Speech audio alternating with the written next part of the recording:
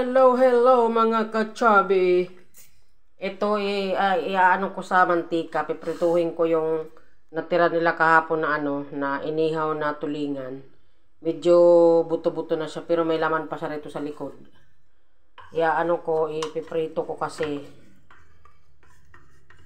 para uminit. Yan. Prito natin dito. Okay. Sorry. Prito natin yan dyan para makain natin. Yan ang leftover sa pinulutan nila kahapon kasi nag-ano sila kahapon, inanuhan nila yung bubong ko. Hindi kita nagkaroon sila ng pagkakataon kasi busy yan din sa trabaho yun. Tapos kaninang umaga, nagluto na naman ako ng bet namin pansit canton na yung canton na egg noodles kasi naghulog sa isis yung aking anak na pangatlo.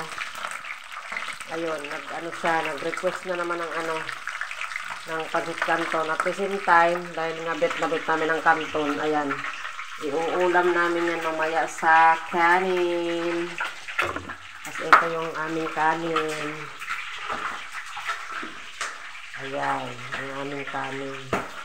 Hindi pa siya ganong luto. Ayun, kumakalsik-kalsik ka siya, bo.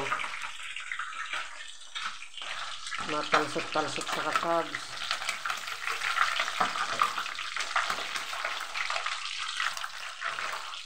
Malaki kasi ng isda, yun.